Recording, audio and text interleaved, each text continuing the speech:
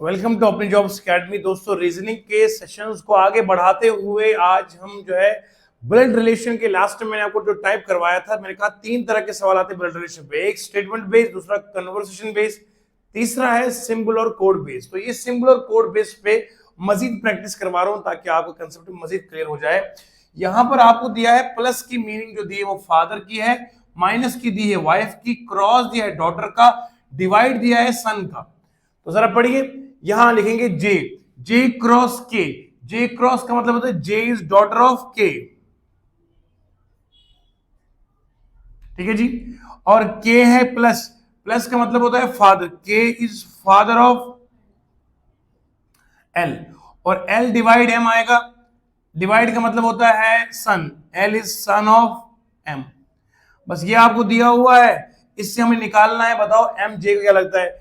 J is daughter of के, जे है daughter किसकी? के की। जे डॉटर है किसकी? के की, के ऊपर आएगा।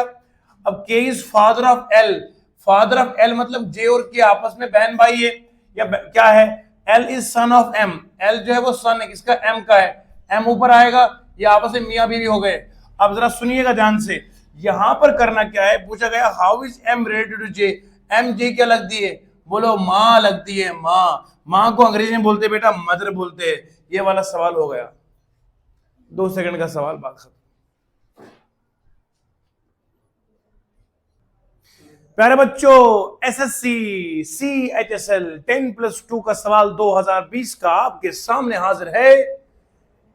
पूछा गया ये जो क्रॉस है ये बताता है वाइफ को, डिवाइड बताता है प्लस फादर को, ठीक है जी। पूछा गया बताओ आर जो है वो दादा है एस का। पैटर्नल ग्रैंडफादर का मतलब होता है दादा, मतलब बाप का बाप, बाप का बापू। यानी कि अगर ये हम हुए, ये हमारे अब्बा हुए, ये अब्बा के अब्बा हुए, इसे कहते हैं ये दादा हुए हमारे, पैटर्नल ग्रैंडफादर। तो यहां बताना है, यहां रिश्ता कौन दिखाता है? बाप का। डिवाइड क्या दिखाता है बोलो? तो मुझे बताना है आर किसका दादा है? आर किसका दादा है? एस का। तो अब देखो जरा, आर के बीच में कोई और आएगा, उसके बीच में कोई और आएगा, यानी कि ये आर किसका पापा है? जे का। जे किसका पापा है? तो एस बनेगा पोता किसका? आर का। तो आर बनेगा दादा। तो आंसर क्या बनेगा? ये वाला कॉमन सेंस की बात है, और जगहों पर टाइम वेस्ट करने की जरूरत नहीं है।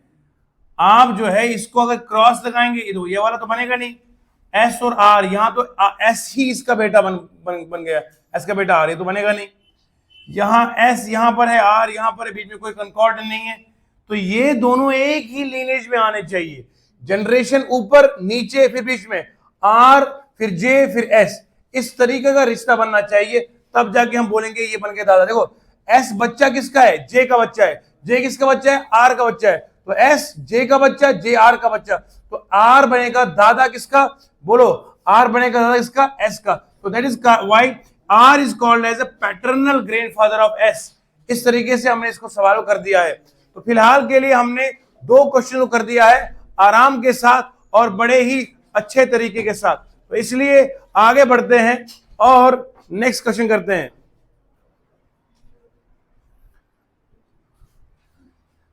दोस्तों, वेलकम टू अपनी जॉब्स अकेडमी। रीजनिंग की लेक्चर सीरीज में हम आज आपके सामने एक नया टॉपिक शुरू करते हैं। अभी तक हमने आपको ब्लड रिलेशन पढ़ाया हुआ है, और जाकर आप प्लेलिस्ट में जरूर देख लीजिएगा। और साथ ही आज हम एक इंपॉर्टेंट टॉपिक, जो आप बच्चों की डिमांड रही है, सर हमें जम्मू कश्मीर पुलिस कांस्टेबल में क्या देखने को मिलेगा? बॉर्डर बटालियन में इस पर सवाल आए हुए थे, क्या नहीं थे? बिल्कुल आए थे। जितने भी एग्जाम होते हैं, चाहे वो एसएससी जीडी का हो, सीपीओ का हो, डिफेंस के जो एग्जाम होते हैं, ये वाला टॉपिक वेन डायग्राम हो या स्टेटमेंट कंक्लूजन जरूरी आता है। अभी फिलहाल के लिए जब तक सिलेबस नहीं आएगा तब तक हम आपको एक्सपीरियंस की बुनियाद पर पढ़ाते जाएंगे, क्योंकि ये पढ़ाई आपको भी जाया नहीं हो जाएगी। आगे अभी आप जेके पुलिस कांस्टेबल की तैयारी कर रहे हैं, नेक्स्ट टाइम आप जीडी की तैयारी करोगे तब भी ये काम आएगा। एसएससी का कोई भी एग्जाम हो ये काम आएगा, जेके एसएसबी का एग्जाम, नायब तहसीलदार का, पटवारी का, सब जगह ये काम आएगा। तो आइए पहले देखते हैं। ये मैंने 2 यहां चीजें लिखी, एक लिखा वेन डायग्राम, एक लिखा स्टेटमेंट और कंक्लूजन। सबसे पहले मैं बात करूंगा वेन डायग्राम। इसी बात करूंगा, बोलो थोड़ा जम के बोलना, क्या बोलेंगे बोलो? ओके। एक बंदा था, उसका नाम था जॉन वेन।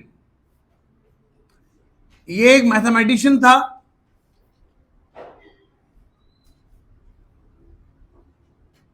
इस जॉन वेन ने कहा एक चीज, का जो एक रिश्ता होता है दो चीजों के बारे में, वो हम एक शक्ल के साथ दिखाएंगे। दो चीजों का जो रिश्ता है वो हम एक फिगर के जरिए दर्शाएंगे। जॉन वेन ने ये कहा। मैंने कहा जॉन वेन समझ में नहीं आएगा, खोल के बता। कहा सुन फिर, अगर आपको मुझे समझना होगा तो सबसे पहले आपको समझना पड़ेगा सेट किसे कहते हैं। ये मैं बाद में पढ़ाऊंगा, पहले इसका बेसिक। बोला जॉन वेन ने बताया यार सेट क्या है। मैंने कहा मेरे पास ऐसी जनता है जिन्हें सेट भी नहीं पता है। कहा कोई बात नहीं, 9th क्लास में चला जा। मैं गया 9th क्लास में, तो कहने लगा सेट जो है वो क्या होता है, group of similar things. Similar things 9th class का बच्चा, बल्कि आजकल के 5th स्टैंडर्ड में ये आता है सेट किसे कहते हैं। Set group of similar things. मैंने कई दिनों से लगातार सेम सिमिलर की कहानी बता रहा था मैं आपको। रीजनिंग में क्या, इंग्लिश की वोकैबुलरी में कल पढ़ा हमने वर्ड एनोलॉजी। एनोलॉजी में हमने कहा एनोलॉजी का मतलब होता है सिमिलैरिटी। क्या होता है, सेम होता है, 100% एक जैसा। सिमिलर होता है हूबहू मिलता जुलता। जैसे आप और मैं, हम सेम नहीं है, हम सिमिलर है। क्या है बोलो, एक जैसे। तो एक जैसी चीजों का ग्रुप को बोलते हैं सेट। मिसाल के तौर पर 1 2 3 4 5। अब बताओ, सिमिलर का मतलब होता है जो एक ही परिवार के हो, belonging to same family. Belonging to, थोड़ा जम के बोलेंगे मेरे साथ, बिलोंगिंग टू, जो एक ही फैमिली के सदस्य हो, जो एक ही फैमिली के फर्द हो, उन्हें हम सिमिलर कहते हैं। अब बताइए 1 2 3 4 5 जो है, ये एक ही खानदान के हैं, एक ही परिवार के हैं। तो एक ही परिवार के चीजों को डब्बे में डाल दिए, डब्बे का नाम पड़ गया सेट ऑफ नंबर्स। आई समझ। अब मैं करूंगा ए बी सी डी, तो ये क्या बनेगा, सेट ऑफ लेटर्स। तो इस तरीके से मैं समझ गया कि सेट किसे कहते हैं। हाँ, ए 1 बी सी 2 3, इसको हम सेट नहीं कहेंगे। It is not set, because यहां दो अलग अलग परिवारों की चीजें आ गई है। दो अलग अलग फैमिली की चीजों से सेट नहीं बनता है। सेट जब भी बनता है तो एक ही प्रकार के, एक ही तरह की चीजों से बनता है। जम के बोलो, समझ में आया? आगे बढ़ते हैं। तो बहरहाल मैं सेट लूंगा दो। पढ़ाना मुझे क्या है, वेन डायग्राम। वेन डायग्राम से कहां जाना है, एक देखो हम पूरी की खेती बाड़ी कर रहा हूं मैं, मुझे पता है हमारे सामने जमीन कैसी है। एक टीचर पूरे क्लास को पढ़ाता है, 100-200 बच्चों को, पता होता है उसे कि किस बच्चे को कहां इलाज करना है। अगर मैं डायरेक्टली शॉर्टकट पे आऊंगा, वो आबादी छूट जाएगी जिन्हें बेसिक भी नहीं पता है। जो बिल्कुल एक गोल पत्थर है, उसे दीवार में लगाना, कैसे लगाएंगे, पूरी दीवार गिर जाएगी। पहले उस गोल पत्थर का इलाज करना है, उसे पूरा शेप करके फिर वो ईंट की शक्ल देगा। तो देखिए जरा, यहां सेट में लेता हूं एक 1 2 3 4 5, एक और सेट लेता हूं मैं 4 5। ठीक है जी, इसको सेट ए नाम रखा, इसको सेट नाम बी रखा। अब मैं सेट की डिटेल में नहीं जाऊंगा। ये सेट की होती है, इसको बोलते हैं रोस्टर फॉर्म। और सेट की दो फॉर्म होती है, roster form and set builder form. उधर जाने की जरूरत नहीं है। अब जरा सुनिए, ए सेट लिखा है, ये बी सेट लिखा, बताओ ना जी, समझ में आ रहा है? ये सेट ए है और सेट, जरा आप देखो, अपनी अकल खोलो और सोचो कि दोनों सेट में कोई रिश्ता है? रिश्ता है? कहां पे रिश्ता है सर? यहां 4 और 5 जो है वो इसके पास भी मौजूद है। मतलब यहां पर ये वाले एलिमेंट्स क्या है बोलो, कॉमन है। क्या है? जॉन वेन आया मैदान में, कहा मेरा नाम तो दुनिया में रहेगा नहीं, लेकिन एक काम अच्छा करूंगा तो रहेगा नाम। अच्छे काम करने वालों के नाम बाद में भी लिए जाते हैं, है ना। इंस्टाग्राम चलाने वालों का नाम कब तक रहेगा? अब सुनो, ए और बी, ए और बी, 4 5 और ये दोनों आपस में क्या है, बोलो ना जानो, क्या है ये बोलो, कॉमन। शाबाश। अब सुनो, यहां इस जॉन वेन ने कहा सेट को लिखो आप गोले से। किसे लिखो? कहा गोल सर्कल बनाओ, ये सेट को दर्शाएगा, रिप्रेजेंट करवाएगा। कहा इसका नाम ए रखो, लिखो 1 2 3 4 5, फिर लिख दिया। कहा अपनी मर्जी, जहां मर्जी लिख दो एक गिनती। कहा दूसरा सेट लिखो बी, इसमें भी लिखो 4 और बोलो सही है। अब जॉन वेन ने कहा दोनों जो चीजें हैं इनको डब्बे में डाल दो। मैंने डाल दी गोले में।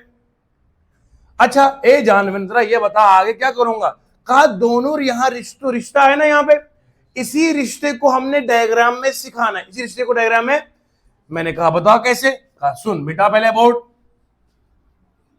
अच्छा जी, बोर्ड मिटाने के बाद क्या करेंगे बताइए जी। तो कहने लगे जी भैया ऐसे करिए, यहां लिखो आप 1 2 3 4 5 लिखो और फिर यूं गोला मारो एक और। मैंने कहा ऐसा क्यों किया। कहा ये ए सेट है ना, अगर पूरी नजर से छोड़ो देखोगे तो ये 1 2 3 4 5 क्या बनेगा सेट ए। बी वाले सेट में क्या आएगा 4 और ये बीच में, इसलिए मैंने गोले एक दूसरे के ऊपर लिपटा दिए हैं क्योंकि ये चीज इनके बीच में कॉमन थी। क्या थी बोलो। तो कॉमन चीज को हम दिखा देंगे हमेशा ऐसे। अच्छा मैंने कहा ऐसे दिखाएंगे। कहा इसी का नाम तो वेन डायग्राम है, इन्हीं चीजों का नाम वेन डायग्राम है। तो वेन डायग्राम हम समझ गए। Venn diagram is the pictorial representation of the relationship between two sets। मैंने आज से जितने लेक्चर दिए कभी आपके सामने अंग्रेजी में नहीं बोला, वरना 6 घंटे अंग्रेजी बोलने में अल्लाह का शुक्र है मैं बोलता हूं, लेकिन अंग्रेजी में नहीं बोलता हूं क्योंकि आपको कंप्यूटर एग्जाम क्रैक करना है। राइट सुनो अब देखो ये वेन डायग्राम क्या है। वेन डायग्राम उस शक्ल का नाम है जो हमें रिलेशन बताती है, रिश्ता बताती है दो सेट्स के बीच में, दो सेट्स के।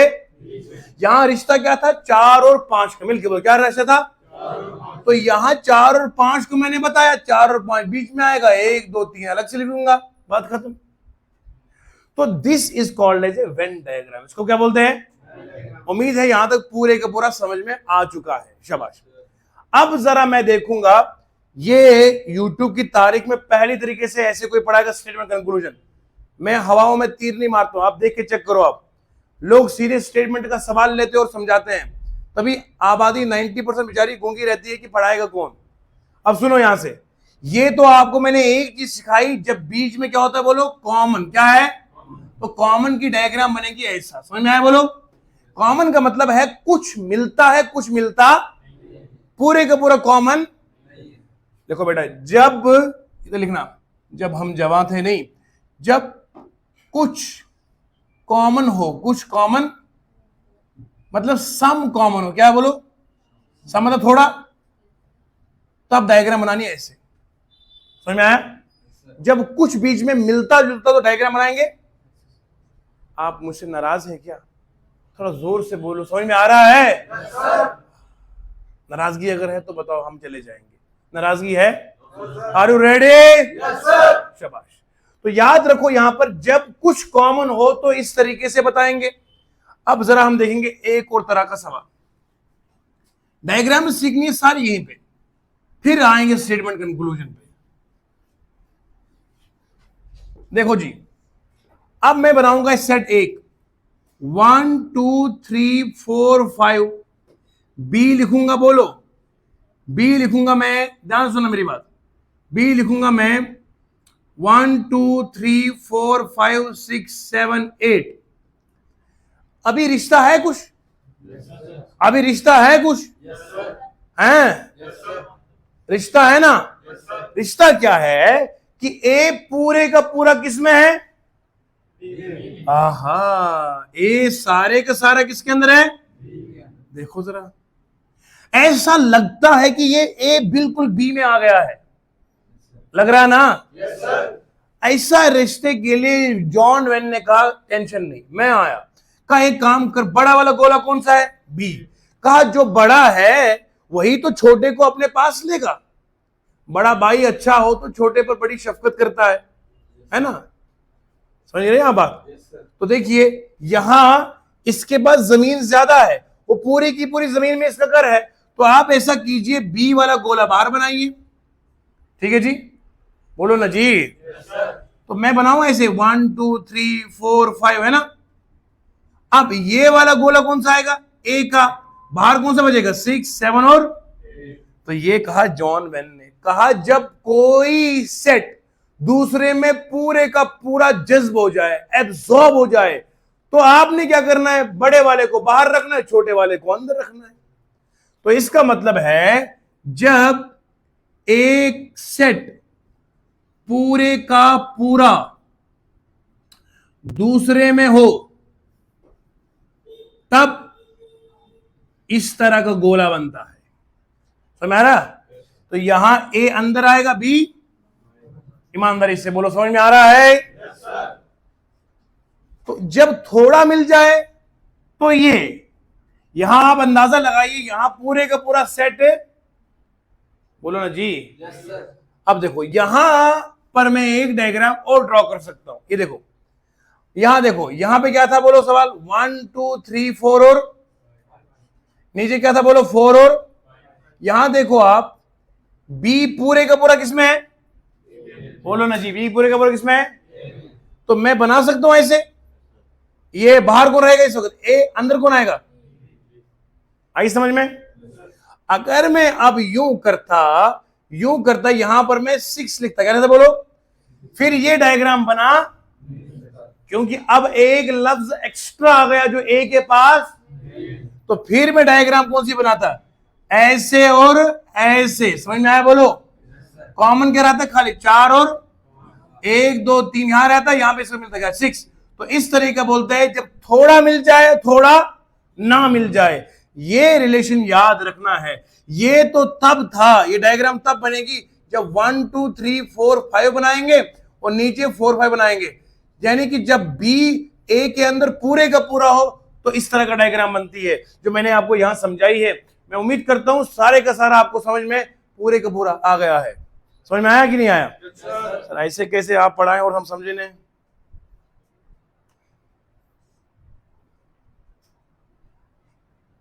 ठीक है जी, आइए बढ़ते हैं और नेक्स्ट सवाल देखते हैं किस तरीके से और डायग्राम्स को हम यहां सॉल्व करेंगे। ओके, देखिएगा ध्यान से मेरे दोस्तों, यहां तक हमने आपको बताया एक होता है जब थोड़ा मिलता है थोड़ा नहीं मिलता, एक तो वो जब पूरे का पूरा आपस में मिल जाता है। अब जरा आप देखेंगे एक और चीज, तो वेन डायग्राम समझ में आ गई? बिल्कुल समझ में आ गई सर। आइए इस वेन डायग्राम को समझने के बाद अब मैं आता हूं अपने मुद्दे पर, जो मुझे टॉपिक पढ़ाना है। वो टॉपिक हमारा है स्टेटमेंट और कंक्लूजन का, ठीक है ना? पहले आपको वेन डायग्राम समझ में आई? अब कहां है, अब आएंगे किधर हम, बोलो स्टेटमेंट और कंक्लूजन के ऊपर। शाबाश, तुरंत समझना है और समझकर मुझे बताना है। यहां दो चीजें हैं, एक स्टेटमेंट लिखा है, एक, इसको समझने से पहले समझेंगे स्टेटमेंट क्या होता है और सेंटेंस क्या होता है। मेरा कहना यह होगा, हम पूरी अपनी एनर्जी और एफिशिएंसी आपको पढ़ाते हैं, एक रत्ती % भी हम ये नहीं रखते कि हम थकेंगे, पसीना है तो क्या करें, नहीं, इसका कोई एहसास नहीं। हमें एहसास इस चीज का है कि जो उम्मीद लेकर आप आए हैं, यहां से इंशाल्लाह आपको वर्दी पहना के हम जम्मू कश्मीर पुलिस कांस्टेबल में भर्ती करवाएंगे। तो इसलिए हम पूरी जान फिशानी के साथ आपको पढ़ाते हैं। और याद रखिए, जितना मैं पढ़ाता हूं, मुझे बच्चे कमेंट्स में लिखते हैं, सर आपने जब जब पढ़ाया तो आपने हमेशा इस चीज का ख्याल रखा कि जब आपने पढ़ाया आपने हर तरह का सवाल करा। हर तरह का सवाल करने में फायदा यह होगा कि जब हमने प्रैक्टिस करी, मल्टीपल किताबों से करते हर सवाल होता है, क्योंकि आपकी बेस अच्छी बनती है। अब जरा देखिए, इसीलिए बेस बना रहा हूं। सेंटेंस किसे कहते हैं? Group of meaningful words. क्या बोला मैंने? मीनिंगफुल वर्ड्स के ग्रुप को बोलते हैं सेंटेंस। सेंटेंस होता है लॉजिकली सही, लॉजिकली ट्रू होता है, यानी कि इसकी मीनिंग पूरी होती है, और ग्रामेटिकली सही होता है, करेक्ट होता है। सेंटेंस के लिए 3 कंडीशन होना जरूरी है। सेंटेंस वो नहीं होता जो आपने पढ़ा, group of words that makes complete sense, नहीं। For a sentence it is mandatory that it should be grammatically correct. मैं कहूंगा I eating food, I eating, meaning दो, तब भी समझ में आ गई है, लेकिन ग्रामेटिकली सही नहीं है। मीनिंग पूरी होना जरूरी नहीं है, मीनिंग पूरी होने के साथ साथ ग्रामेटिकली सही होना भी जरूरी है, तब जाके बनता है सेंटेंस। तो फिलहाल के लिए याद रखो, ये आपका सेंटेंस बन गया। अच्छा, स्टेटमेंट क्या होता है? स्टेटमेंट कभी लॉजिकली ट्रू होता है, लॉजिकली ट्रू होता है, और कभी इलॉजिकल होता है। याद रखेंगे, स्टेटमेंट जो है वो कभी सही होता है और कभी गलत होता है, ठीक है ना। तो हमेशा ये सही नहीं होता है, लेकिन सेंटेंस की खासियत ये है कि हमेशा सही होता है, it is always true. For example sentence में क्या कहेंगे हम, सेंटेंस में कहेंगे एप्पल्स आर फ्रूट्स, ये बिल्कुल ऑब्वियसली ये सही बात है। अब एप्पल्स आर फ्रूट्स ये सेंटेंस, अगर मैं यहां लिखूंगा एप्पल्स आर मैंगोज, कोई बंदा नहीं दुनिया में मानेगा, बोलेंगे ये पगलाया हुआ है, एप्पल्स आर मैंगोज बोलते हैं। लेकिन रीजनिंग में इस तरह के आपको देखने को मिल जाएंगे। स्टेटमेंट इसीलिए तो कहते हैं because it is sometimes true, sometimes it is wrong.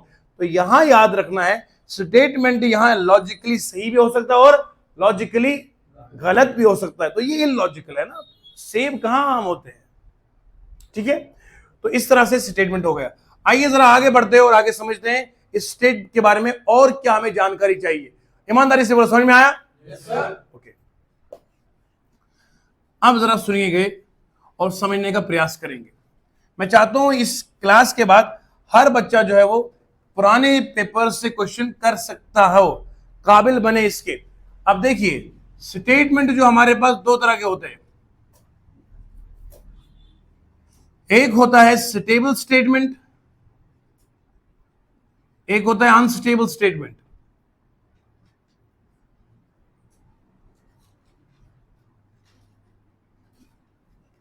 Stable statement क्या होता है, अनस्टेबल स्टेटमेंट क्या होता है?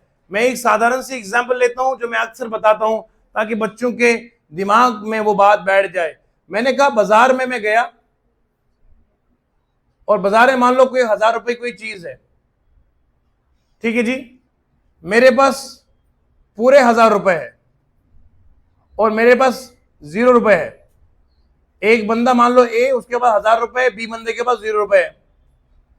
बताइए जरा, जो जिसके पास 1000 रुपए वो इजीली खरीद सकता है। भैया 1000 रुपए की शर्ट मान लो, जिसके पास पूरे के पूरे 1000 रुपए है वो इजीली इसको परचेज कर सकता है, उसे टेंशन नहीं है। जिसके पास 0, इसको भी टेंशन नहीं है, वो खरीदेगा ही नहीं, बोले मैं जाऊंगा ही नहीं। आप समझ रहे हैं? जिसके पास कुछ भी ना हो वो तो टेंशन फ्री है ही, क्योंकि उसके पास टेम्पटेशन नहीं है, उसके पास खरीदने की आस नहीं है। देखो भैया, आपके पास जेब में 4 लाख रुपए नहीं है तो आप जो दुनिया की सबसे महंगी वॉच है आपको खरीदने का हमारा सोच भी नहीं सकता बंदा, तो टेंशन फ्री है ना। आप बात समझ रहे मेरी? अब जिसके पास पैसा लाख रुपए भी नहीं, वो तो गाड़ी का सोचता ही नहीं है, तो गाड़ी की टेंशन है ही नहीं। अब टेंशन कहां पर है देखना जरा। तो ये 1000 भी स्टेबल है और 0 भी है ना, सुकून से है। इसके अलावा देखो आप, अगर किसी बंदे के पास 800 रुपए है, किसी बंदे के पास 200 रुपए है, बताओ ये बिल्कुल बेचैन है।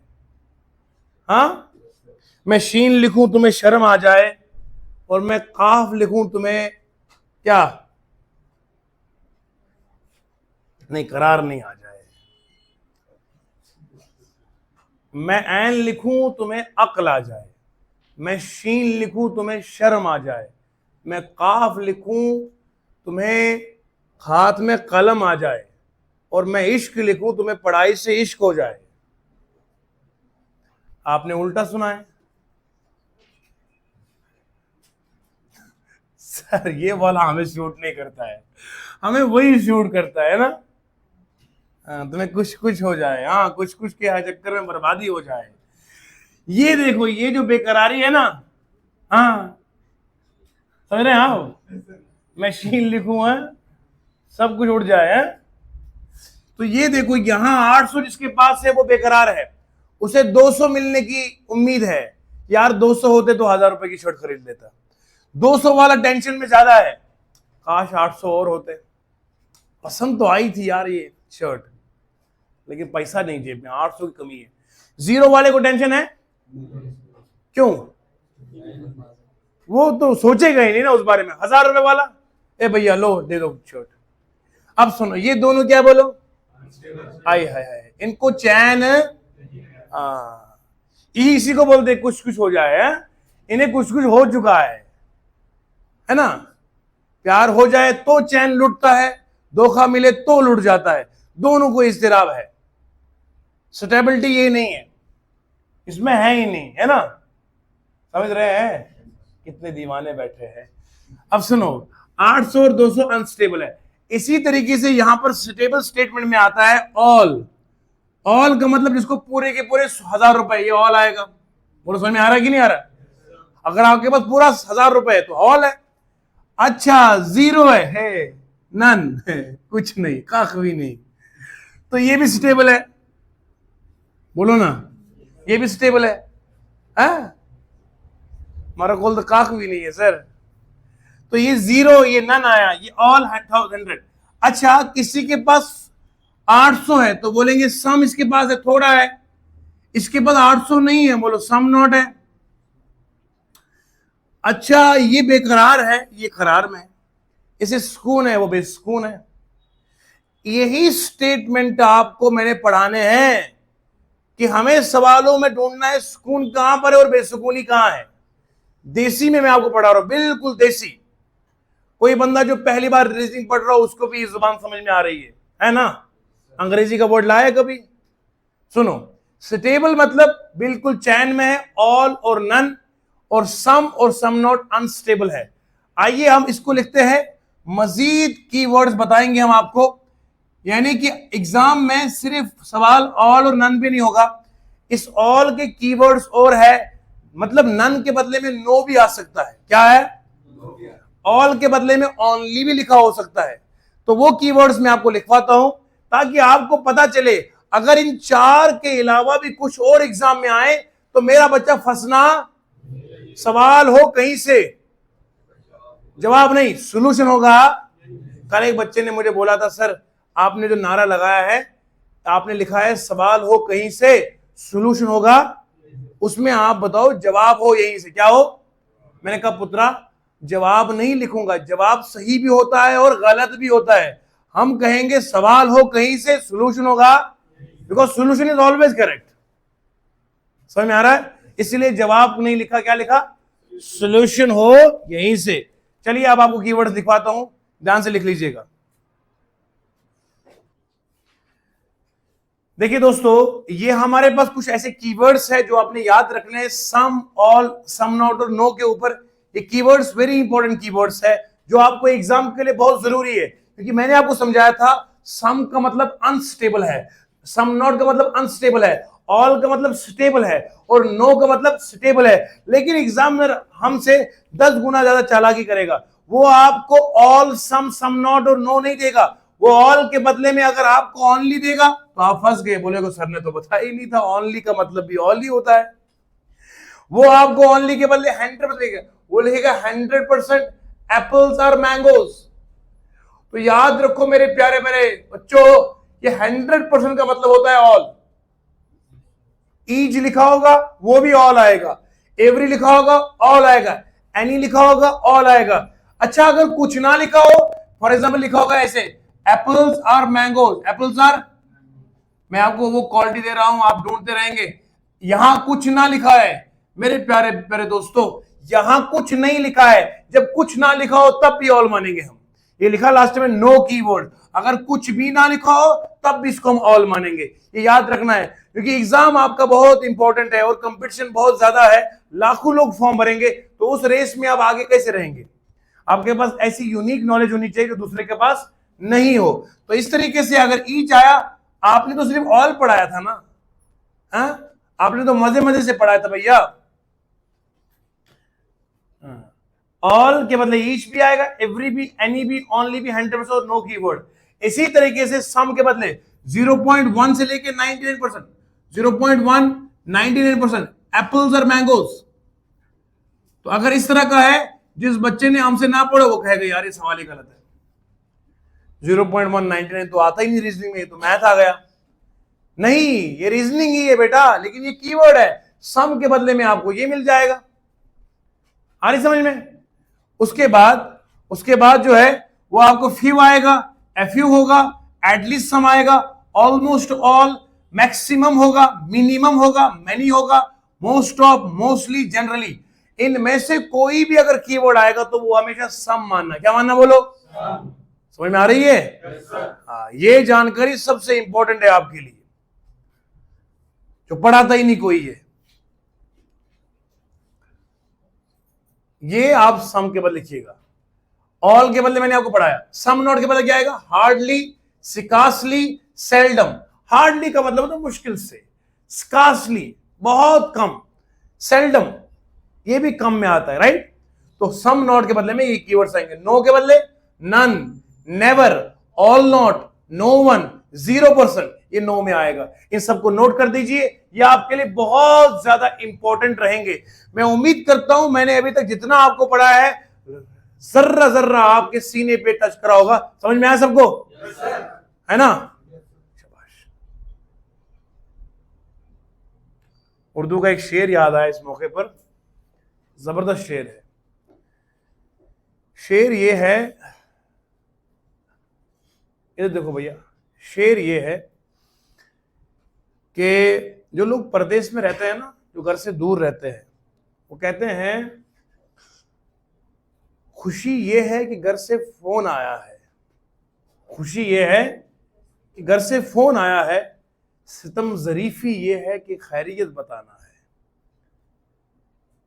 जो बच्चे यहां दूर दूर इलाकों से रहते हैं, जिस दौर में आप अभी रह रहे हैं, इस दौर में रहकर आपने यहां से किस्मत चमका के जाना है, क्योंकि ऑलरेडी आप स्ट्रगल में हैं।